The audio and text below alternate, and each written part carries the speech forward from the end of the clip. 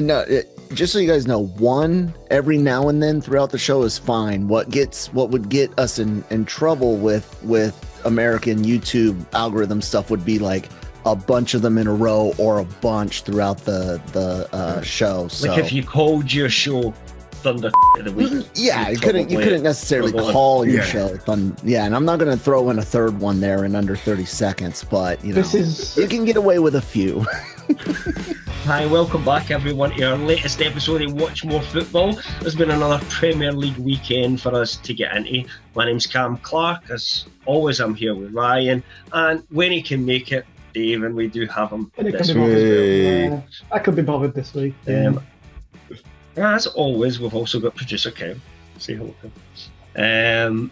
Who doesn't watch football, but he kind of controls things for us in the background because he's nice like that. Just a reminder, we should give some promotions towards what Kel does do most of the time, which is our main Genreverse YouTube channel, because we're part of the Genreverse family. And if you're really into anime content, reviews, discussions, reactions, there's loads of that stuff on there that you might like, and a few other little bits and bobs as well.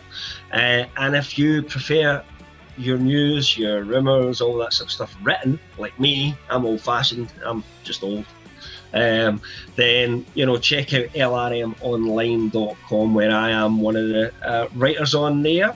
And Kel writes some stuff on there from time to time as well, usually about anime. I tend to cover rumours, big franchises, Marvel, Star Wars, fantasy, all that sort of stuff, But anyway, we are here today to talk about the old game of football. It's a funny old game.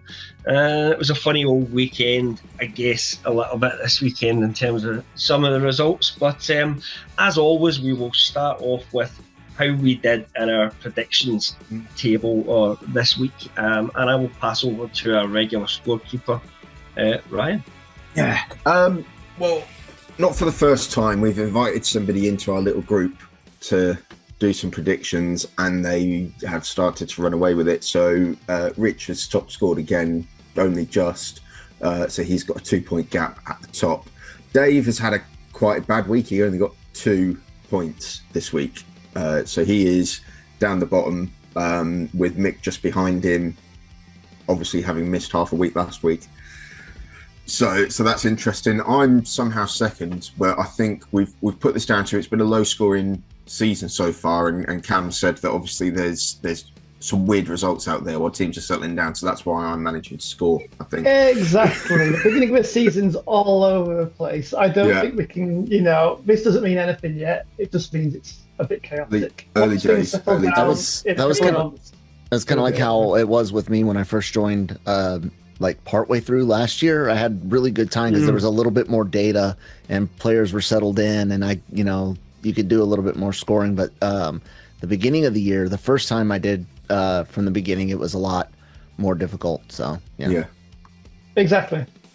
So don't get your hopes up, Ryan. I mean, I know Rich is probably finishing second anyway. Yeah, but Richard has got like an entire server room dedicated to doing his predictions. He is somewhere. He's a data god, isn't he? Kel does that as well. So just copy Rich. Gotcha. Good. Yeah. I'll do that. I'll put Rich's picks through ChatGPT. But yeah, I mean, like you say, it's early days. It's very tight. There's only 6 points in it from first to sixth. So we'll see how we get on. But I'm happy to be in the conversation, however briefly, at the minute. We'll talk about some of the games, some of the important games, in a little bit. But we'll first of all, we'll move on to our Hive Minds team of the week that we've selected, which is basically Kel doesn't get involved in this for obvious reasons, because we wouldn't take his opinion whatsoever, because he hasn't watched any of the games. But the three of us here, and also Rich now and Mick, of course, who started the show with us, can all agree on this. So Ryan, what is our team of the week? So we'll run through this. So we've got Dean Henderson in goal. He kept a clean sheet against Villa. I think he is in purely for the save from his face off Ollie Watkins in the first half in that game. Always love to see one of those. But it was one it was a save off his face, but he sort of looked like he meant it, I think. Well, yeah, you don't want it to happen. The good start.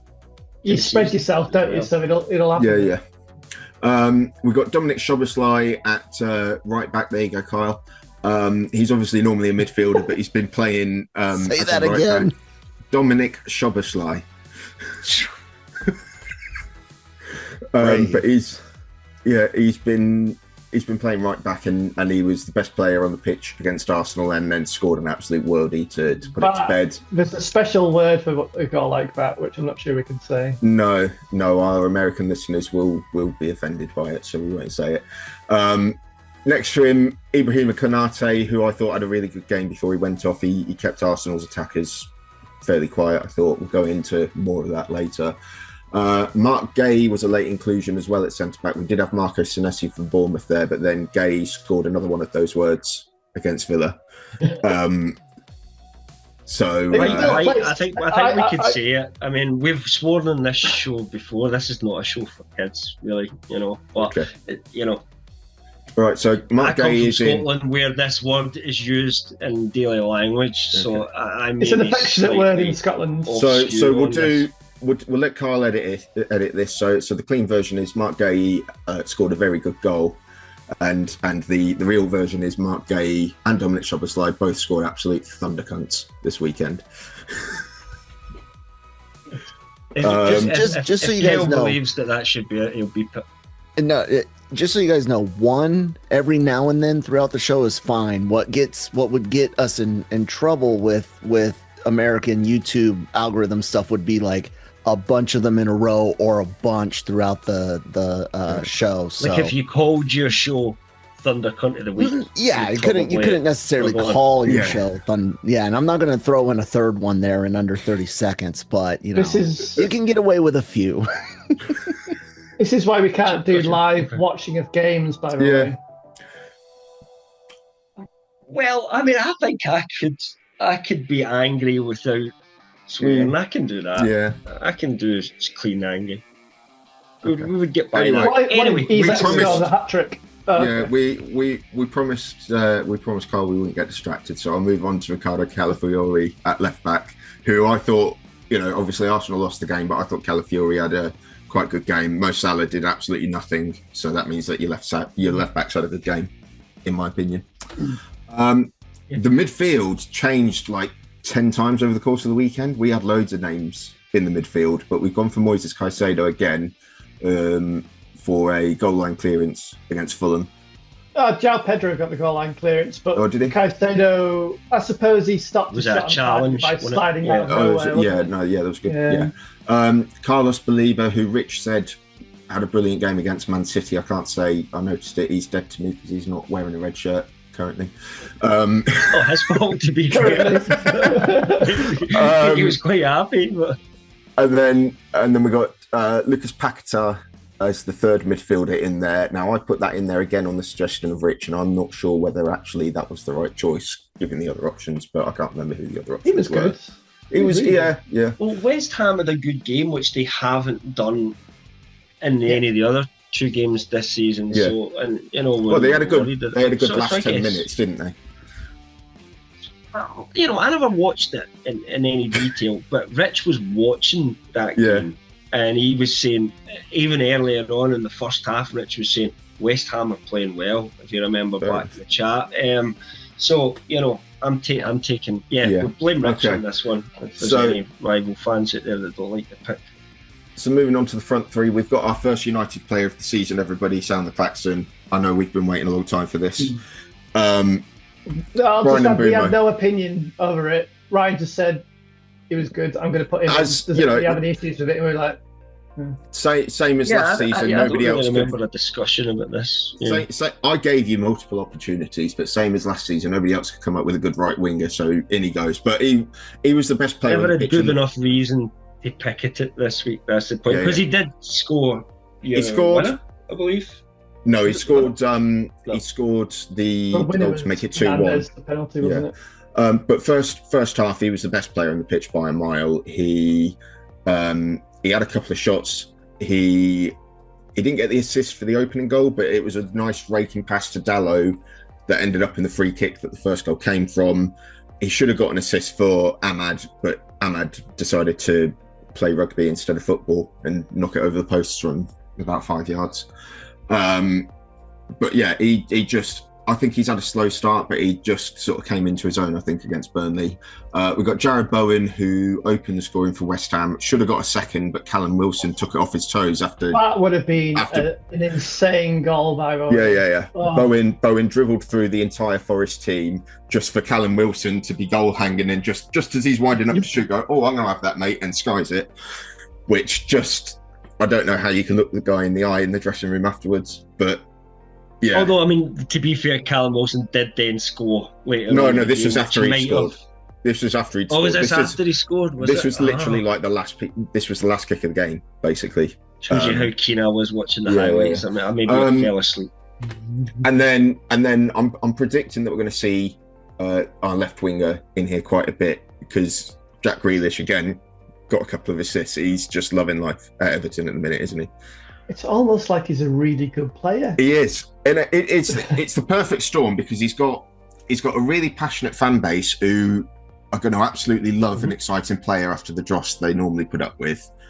He's got a manager who will set up a solid team behind him, but say, you go do whatever the fuck you like. Sorry, Carl. And it just means that he's going to enjoy his football, and he's going to keep doing it, I think. But he got another 2 assists against Wolves. Everton looked like a good team. Jack Grealish is in. Happy days. He's going to win the World Cup next year. It's a good match.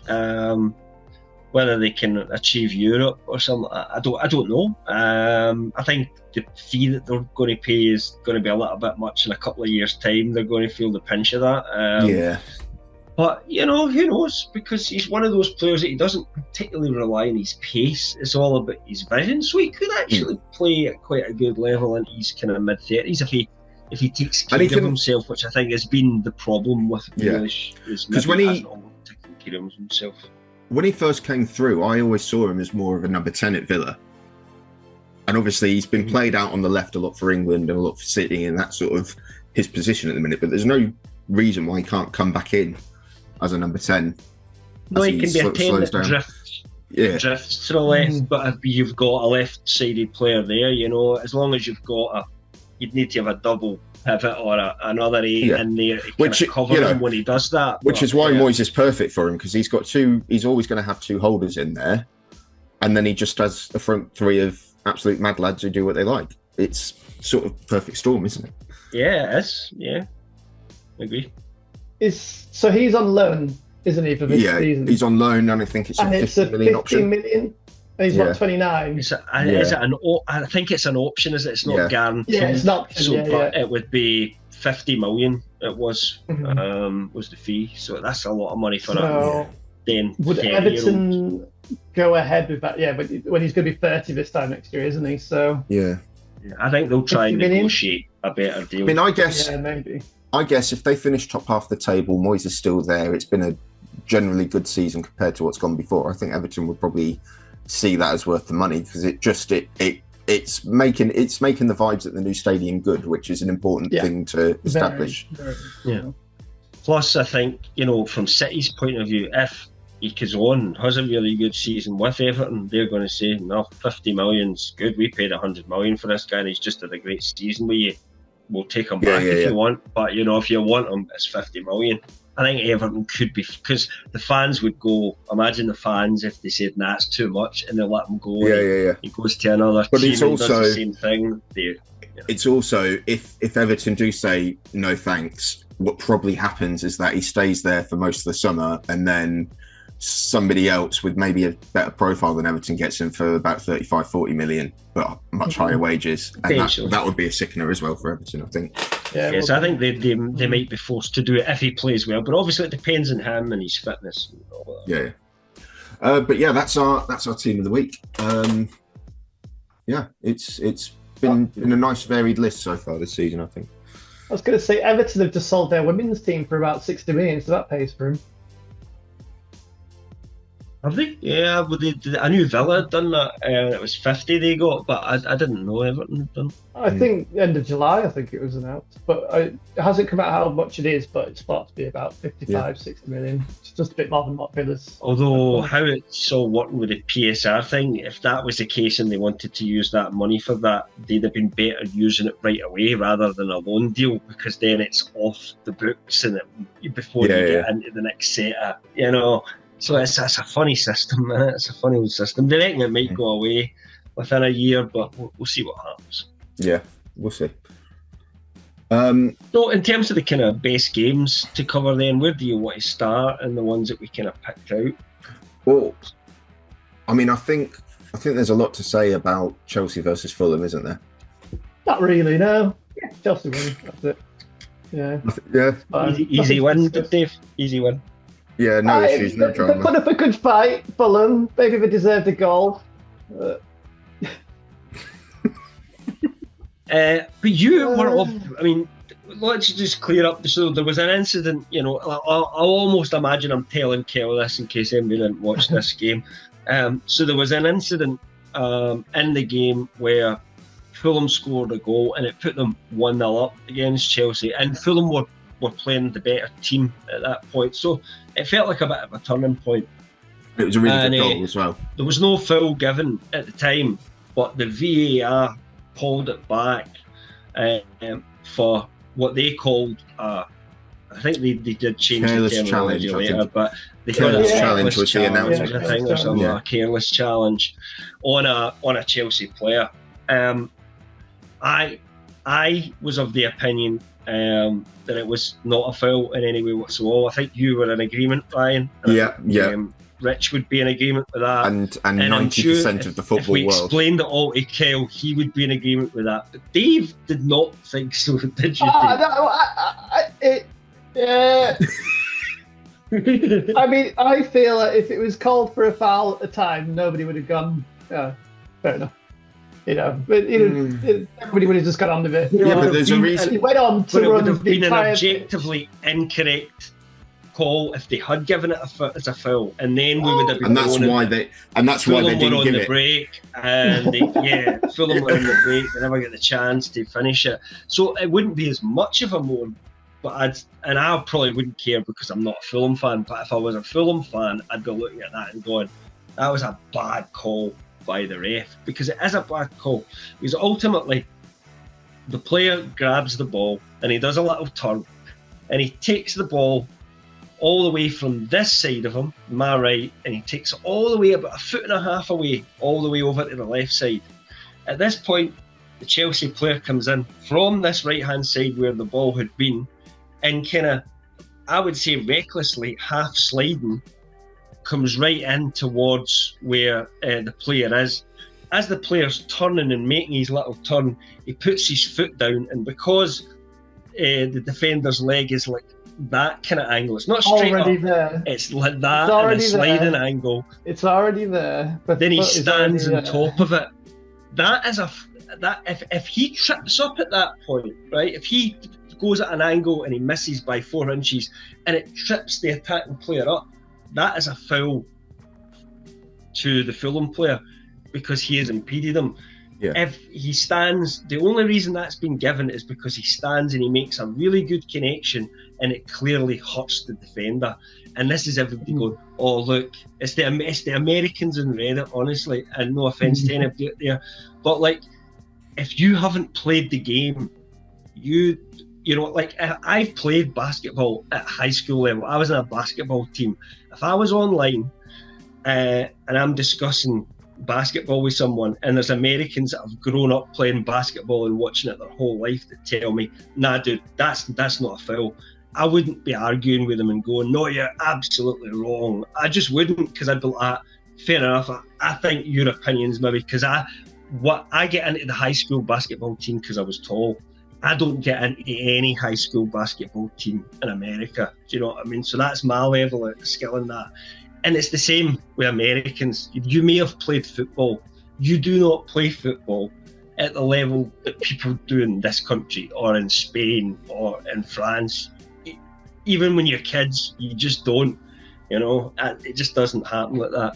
So, that was my opinion on the people on Reddit.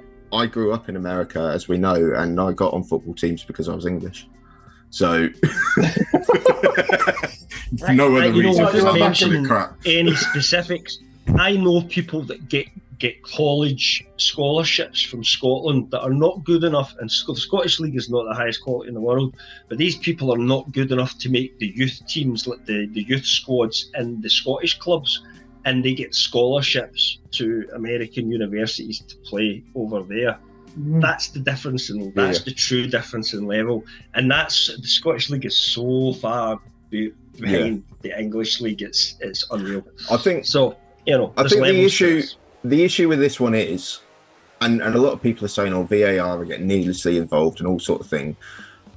Nobody wants to be able to draw that line. Everyone keeps harking back to clear and obvious. Nobody can draw that line. It's an impossible line to draw because it relies on the context. What VAR have basically seen is an image on the screen of Muniz's foot stood on Chalobah, and they've gone, well, we can't not make a decision on this. But because they've got to try and do it as objectively and as by the book, and they've got to define it as much as possible, that's where they've got to the place where they felt like they've had to make a decision. But there's all that, there's an instance there where we can all agree, common sense wise, he's just happened to step on him having turned to control the ball. That's something contextually that we can all get pretty much of a consensus on.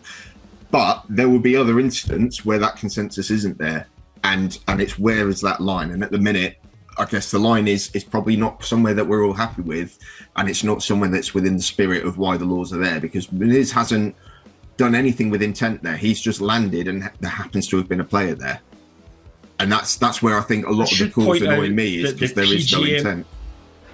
What you call it, the PGOML or whatever it is. Have since come out and said it was an incorrect decision and it shouldn't have been brought back by VAR. And the person that was on VAR did not then get a game that he was supposed to have on the Sunday, which is the I do wonder how much of that is reactive. They look at online backlash and then they apologise for the ones that have got the most backlash. I think you're right. Yeah, but if that maybe helps them to say, why did we get this wrong, then it's still a good thing. Because not sure it necessarily does. Because a lot of that online backlash is the Americans that you say don't know anything about football. Well, that depends on the platform. That depends on the platform. So the platform I spend a lot of time on, for example, is Reddit, and it's 50% Americans and 50% the rest of the world, right? And probably in that you'll get 15% UK or something like that. But if you go to different platforms discussing football, I think you would find that. And I think a different audience. From a punditry perspective, it was all pretty unanimous. There's no way that should be called a foul. And again, the pundits and the broadcasters have got their own vested interest in moaning about VAR because that just feeds content for them. And I don't think it was. I don't think it was a foul. Yeah. No, but these things happen. Fulham bad, but do you have anything to say about the rest of the game from your point of view? Because Chelsea get the win. I don't think we've really played well so far this season. We've never really had full control of a game like we normally would. I think playing against teams like Palace and Fulham is always kind of tricky because they're quite intense teams. They press really well. They don't really let you have much control of the midfield. So they're two tough games, and I don't think we've been able to show how good we can be. I'm hoping it's not just because we haven't had a proper pre-season, or it's not because the team doesn't actually gel that well. I'm hoping after the break things will be a lot better. I know we've got a couple of injury concerns now, but I don't know. Hopefully after... I think you've been all right. I don't think it's a marathon, not a sprint. You don't need to win the league in November like Spurs, Yeah, I think we're second in the league at the moment, but we do have the easiest run in the first five, or one of the easiest run-ins for the first 5 games. I know that most of them are London derbies, but this should be winnable. I thought about it originally, but Palace are really, really good this season. So they have been really good so far. I wonder if that will continue, but who knows? Ryan, anything else you wanted to say about that game specifically, other than that Fulham were robbed? I mean, just a bit more sort of, not necessarily ref moaning, but ref discourse moaning is there was a lot of kickoff about Chelsea's penalty, where I saw a lot of people online not seeing the difference between Nicholas Jackson's handball. No, I did this on the weekend as well, didn't I? João Pedro's handball in the build-up to the actual handball from Ryan Sessegnon, and it's a very clear difference in that for Pedro's, there's a whole sort of melee of bodies trying to win a second ball, and Pedro just sort of gets there, but Tete, the Fulham defender, just sort of sticks a boot out of nowhere and gets a toe on it, happens to flick up against Jackson's hand. Nobody's got any idea where the ball is, never mind trying to actually hit it.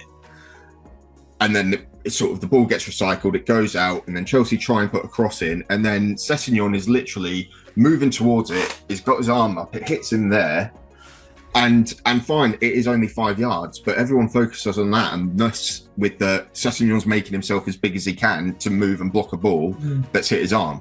So I think that was an absolute fair enough penalty, but there was a lot of Chelsea had obviously got the bad decision earlier in the game. It was just every decision that goes to Chelsea is a fix from there on, and that's what sort of annoys me.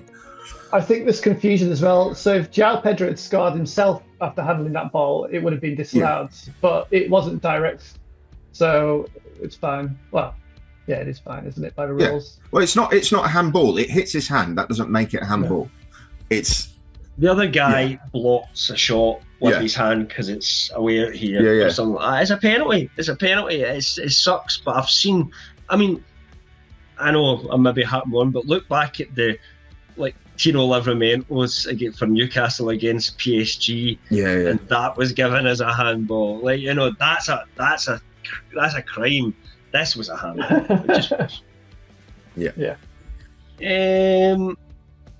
Liverpool versus Arsenal, obviously the biggest game of the season so far, because these are two teams that we all think will be competing for the title.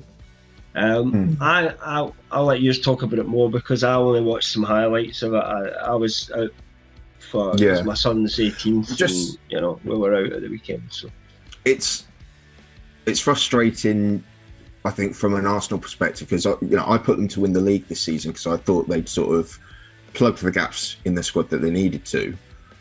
You've got an early game against your title rival who has looked like they can be got at all season. And Arsenal just didn't put the foot down. They had the foot on the neck, but they never really sort of did anything with it. And that's the frustrating thing. First half, they were in complete control. They were doing exactly what they wanted. Liverpool couldn't get a kick, and there was just no incisiveness and no bravery to try and press that advantage home. And this was an issue for Arsenal and why they didn't win the title last year that we and the season before on this show. Arguably the season before. They talk about obviously needing to unpick the low block teams and those sort of annoying draws or why they haven't won the title. Those teams, the level at the top is so high at the minute, and the margin for error is so small that those games against the lower teams, you're going to have basically the same record through all three of those. I'm going to chuck City in there, even though I think they're a bit behind now. They're all going to have pretty much the same record against the lower teams. It is about who can press home the advantage to the actual title rival, because it's not just getting 3 points over Liverpool. It's about saying we're a better team than you at this stage of the season.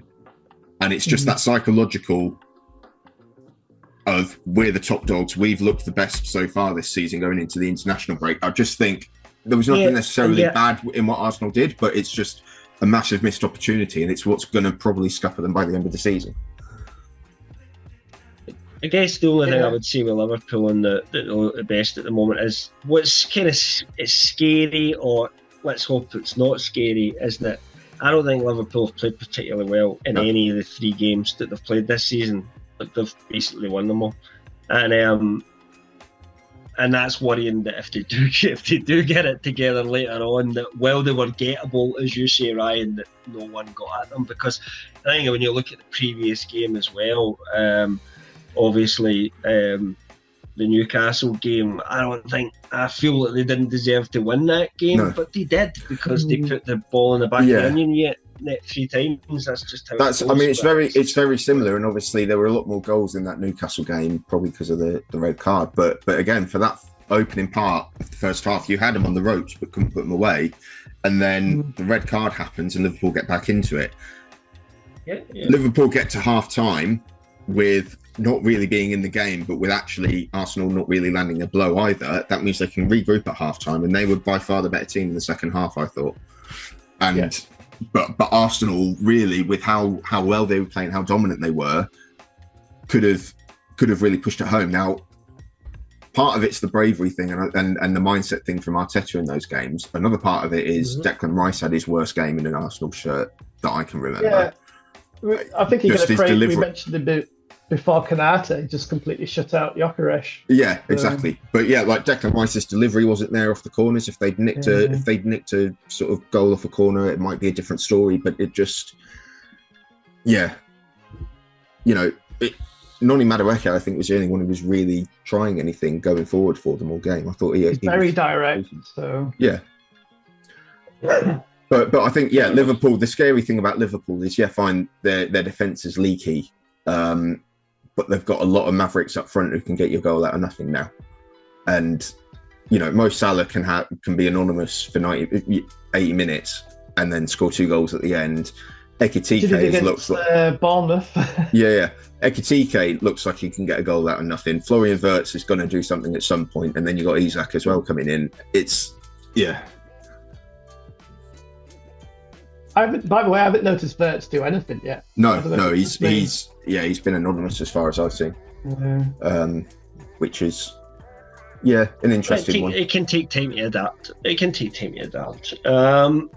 I guess your game, Ryan, is another one that's worth discussing. Man United versus Burnley, because there's a lot of pressure on you guys at the moment for. I'm not sure there necessarily should be as much as there is, but I think a lot of it comes down to the Grimsby result, really. Yeah. Rather than the league form. Yeah. So it's been weird, sort of, where my mood's been all season, because the Arsenal game was obviously really positive, but that was a game where we could go down to a noble defeat. In a way, it was sort of a free hit, that game. As long as we gave a good showing, it didn't really matter what the result was, I don't think. And we gave a good showing, ultimately didn't win. Fulham was what sort of got the alarm bells ringing for me, because we started that game really electric, should have scored 1 or 2 goals, didn't, and then just the intensity dropped. We let Fulham get back into the game, and we managed to rescue a point from it, basically. So that sort of got the alarm bells ringing, and it's like, right, so we've got Grimsby coming up. We can put 3 or 4 past these and really get some good feeling, and get something to show for the progress that we've shown. And we just didn't turn up. It was an absolutely awful game, even ignoring the fact that Onana basically let in 2 goals that he shouldn't have done. The entire team, the energy just wasn't there. The attitude wasn't there. Yeah, it wasn't.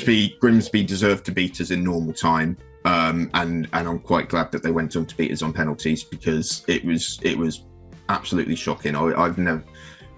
It's been a long time since I've been that angry. I've been upset at football results before, but that was the first time in a long time that I've been actually angry, and I woke up angry the next morning about it. It was that bad.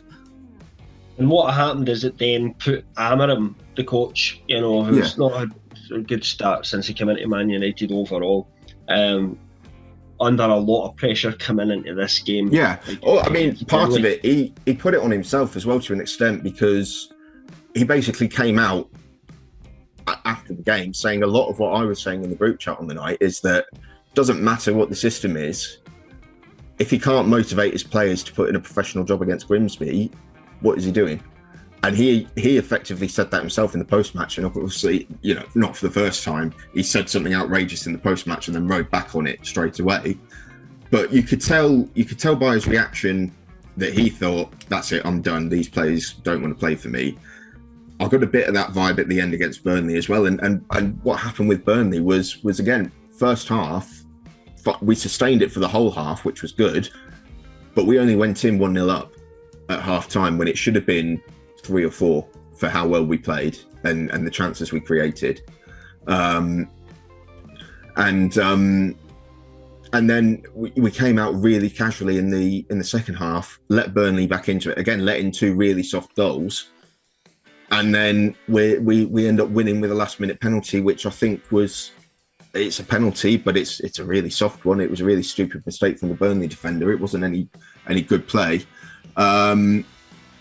So again, Ruben Amorim just looked a bit like me, just sort of fed up watching that penalty go in, because it wasn't really cause for celebration. It wasn't even relief. It was just we've actually managed to get something out of this game, but we should have had it done ages ago.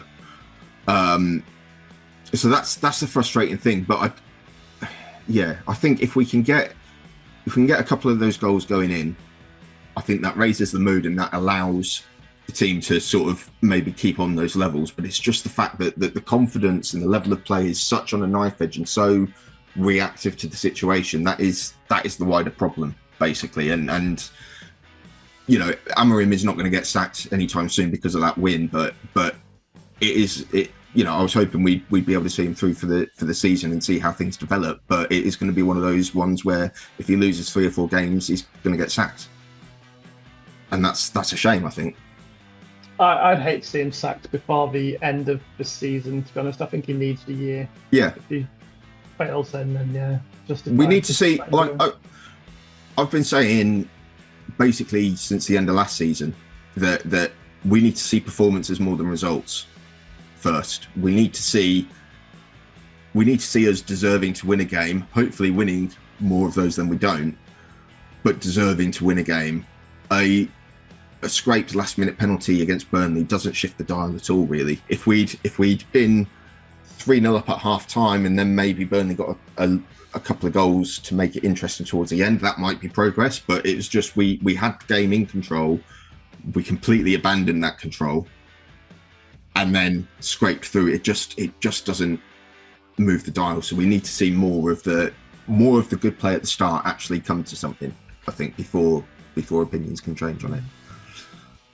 I think I might disagree slightly on just your both estimations there. For me, if Amorim is not performing and the results aren't coming by January, I think that's done enough that he's had a full year. Okay, a year of not his own team, but then a year of the players that he's agreed to bring in and this very expensive strike force to get him goals, which is the main part he struggled with last year.